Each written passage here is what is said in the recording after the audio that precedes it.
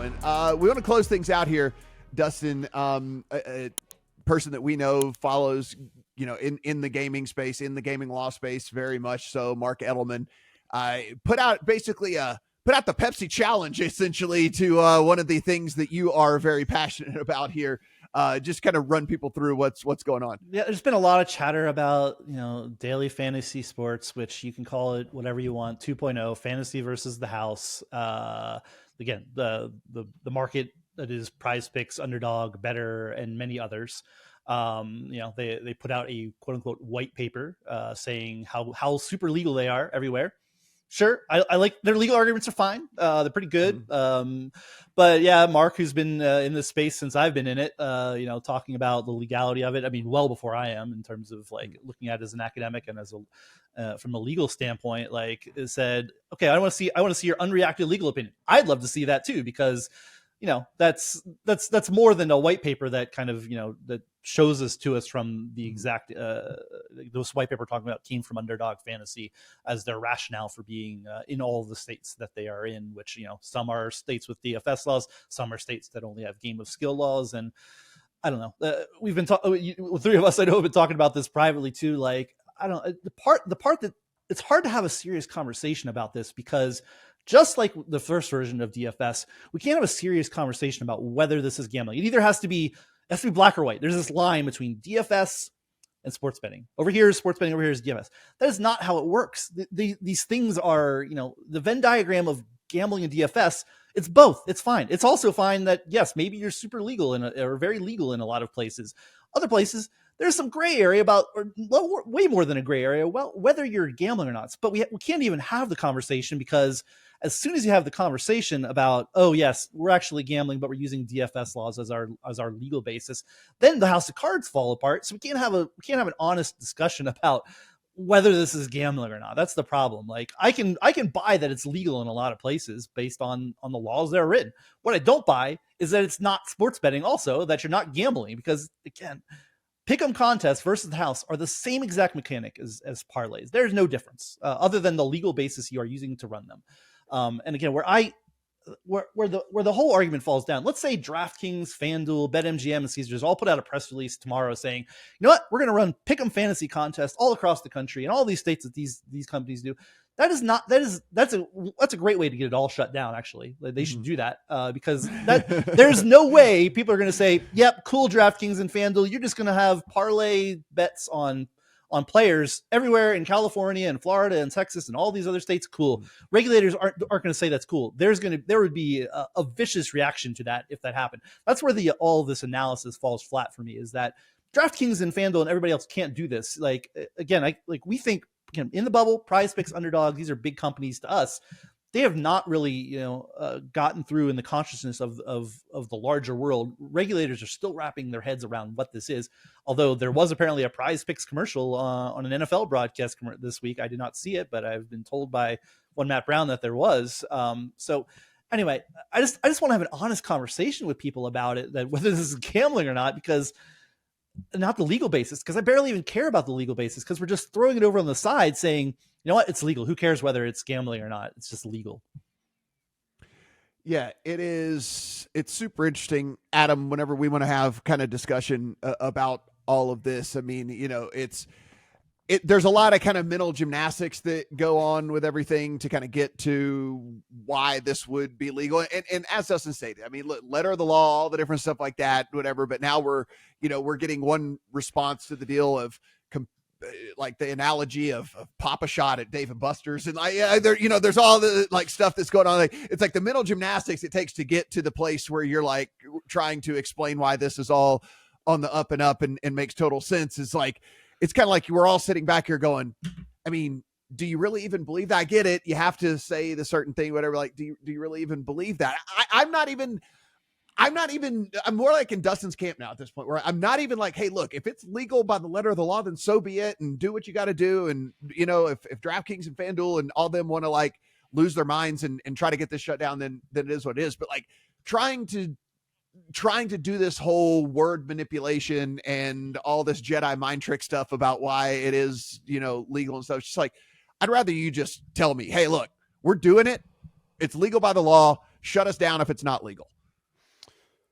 And multiple places have shut them down for being not legal, or at least told them that the product needs to significantly change. And the part that I will not allow Underdog or anyone else in this space to do is to reframe this argument as it's DraftKings and FanDuel against us. No. Even if it were DraftKings or FanDuel, I have no idea if it was, but if it were DraftKings or FanDuel who had gone to, say, the Wyoming regulators who sent you a cease and desist letter that said you need to shut down, trust me on this, no state level regulator is taking direction from DraftKings and FanDuel. They are evaluating the product and looking at it independently and saying, you can't do this. And Michigan and New York aren't changing their rules to go and make clear that this type of game is not allowable because some operator told them that they don't like the fact that it's there. If you got narked out, I'm sorry. And if you got narked out by someone you're competing against, oh well. Like, that's just reality. And I'm not going to let them. And this is what they tried to do. Underdog tried to reframe this whole thing as, well, this is because DraftKings and FanDuel want to shut us down. And then we had another smart person out there with apparently some term called DFS Plus that I had never heard before, also trying to say that this is about it being anti-competitive. Well, let's talk about the very basic nature of competition. The idea of competition is competition on a level playing field. And so that's really what we're talking about here. The product itself is a sports betting product. It is a fantasy versus the house. It is a sports betting product that is being offered under DFS law. And we've heard it from multiple states. In fact, look at Colorado if you want an example again. Look at Colorado saying you can only do this if you have 4 outcomes and it's based on fantasy points and not on stats. And you agreed to it, but you're being disingenuous when you go out there and say, look, Colorado said it's okay. No, they didn't say that it's okay. So if we can have this discussion in some sort of rational terms, then I am happy to. But right now, we are all kind of down in the muck, trying to redo 2015 all over again. And I don't think that there's any need to. We can listen to what the regulators are saying about these products, report on that, and let that be where we keep the forum for discussion here. Because if Underdog, PrizePicks, etc., want to go against the regulators, if they want to keep offering the products, if they want this to end up in court, then fine, we'll get a decision in court. But right now, the fact of the matter is, it is disingenuous to say that regulators are okay with these games. Again, I know I've said this on this podcast before, but I'm going to reiterate it. If DraftKings and FanDuel thought they could do this and not get any static for it, they'd have done it years ago. They would have done it before all of this. It's such a straw man to say, oh, DraftKings and FanDuel could just do this. They cannot. They've already run that calculus. Again, maybe it's just risk tolerance, but they know at this point that they lose enough gaming licenses, and that probably turns it to a domino effect, that there is no way that they could remotely offer the same product that all of these companies are. Again, I understand some of them are in the regulated betting space too, but on a state by state basis, like some of this is going to slip through, and I'm still not, I'm not a buyer that all of these companies are also going to be able to offer sports betting everywhere. Again, I think that's just a straw man. Like DraftKings and FanDuel have run this. Again, I'd say, everybody would do this. So they just thought, oh, this is cool. Yeah, let's just do this. Again, because there's too much legal risk for actual gambling license to do this. So it is not a level playing field. No, by no means is it that. I don't know. And I haven't, if you say follow us on the Twitter machine, the things that are being called daily fantasy sports, the line just keeps getting moved. There's we talk about the main companies, PrizePicks and Underdog, Betr are the ones we talk about because they're the ones who are most out there taking a lot of bets or doing press releases or putting stuff out. Yeah. There are like, I don't know, 8 to 10 other companies doing the same thing that you never heard of. One of the ones that Adam and his team have reported on called No House Advantage that basically became insolvent or is still paying players out. I don't know. But here's what's going on in the market. Like there's a one called Parlay Play where you can go bet on Valorant. I don't even know if I'm saying that right. Do you guys know what that even is? It's an esport. And you can bet on 2 people and how many kills they have on maps. And that's fantasy sports. That's you're parlaying 2 performances in a esport that most people have probably never heard of. And that's being called, it's using the same legal justification that we've been heard. This Right. is so legal, same legal justification, exact same. There's also, you can bet on the number of pitches two pitchers throw in a single inning in any game today, probably. I think like the first inning, over or under how many pitches. Again, that's daily fantasy sports, not sports betting. who actually believes that's daily fantasy sports? There's never been a fantasy sport in the history of the world based on the number of pitches you throw. Again, you're reading the letter of UIGA and these DFS laws. Sure, it's statistics. Yeah. Great. It's just like, I don't think people realize the level of which this has gone. If it was, again, if it's stopped at fantasy, like over under fantasy points, great. I don't care. Do it to your heart's content. But we just keep pushing the line to now it's esports. It's now single inning outcomes. There's in-game fantasy at many, like in-game fantasy, again, like fantasy after the game has started. Like you can, place entries on whatever. That's what's happening in the market right now. And I still don't think people really realize that. And to the people who say, oh, regulators are walking this back, do you know how little attention people have paid to DFS after the initial wave of it and the regulation and, DraftKings and FanDuel and the rest registering? No, these people, sometimes it's not even the gaming regulator dealing with this. Like correct me if I'm wrong, Adam, it's like the Department of Agriculture or some crap in Virginia is in charge of it. Like nobody's paying attention to this. And there's no, like, you can say, oh, they've looked at this. No, they have not looked at this in great measure. They started the base level product and then they've added on because nobody's paying attention. And that's really where this comes down to. Yeah, I mean, I think, and Adam, just to put a bow on this, and I don't want us to go too long here, and it seems like we rant about this every single week, but again, DraftKings and FanDuel catch a bunch of hell because they do same game parlays and advertise same game parlays and things like that and whatever.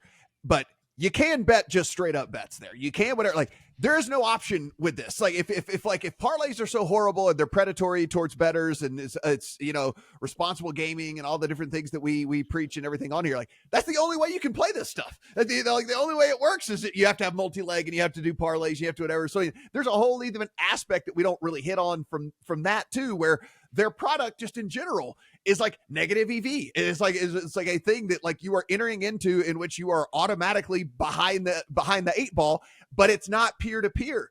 You are against the house. So the house has the advantage, right? I mean, it's just the way it works. Yeah. And we can spend another 20 minutes talking about the parlays and whether it's a good idea or not. But, in the end, we're just talking about there being a level competition and a level playing field in the end. And there's nothing wrong with certain companies offering certain products if they are doing it under the auspices of the same law that the other companies offering similar products are doing it. Yeah, I'll think something. I want to highlight something Adam I think said privately as well. Like, do you think if DraftKings just started offering like in say Pennsylvania, like started like sports betting is taxed at a fairly high rate there? Do you think the Pennsylvania be cool? Like, oh, we're going to offer sports betting, but we're going to call it DFS. And we're going to pay less taxes. That's why that's why this doesn't happen in Pennsylvania, because somebody figured this out already or looked at it and said you can't do this. It's obviously gambling. You can't do it that way. So. Yeah, but that's again, it's such a. I can't get over how angering it is to me. Again, I feel like I should be representing DraftKings. I'm not. This is just how I feel. But like it is just insane. Like DraftKings just can't do this. Like you can knock on DraftKings for a lot of things. DraftKings cannot just go open up DFS against house and everybody's going to be cool with it. It's not possible. No, not possible. Then the outrage would actually. But that's why they should do this. DraftKings and FanDuel you don't have to do any product. Just say we're going to start operating DFS versus the house parlay pick'em in 40 states and see what happens. That'd be great. I'm into that. Please do that. Oh man, everything we do absolutely free. So please go over to LegalSportsReport.com. Take in all the great words that Adam and company are doing, and I'm going to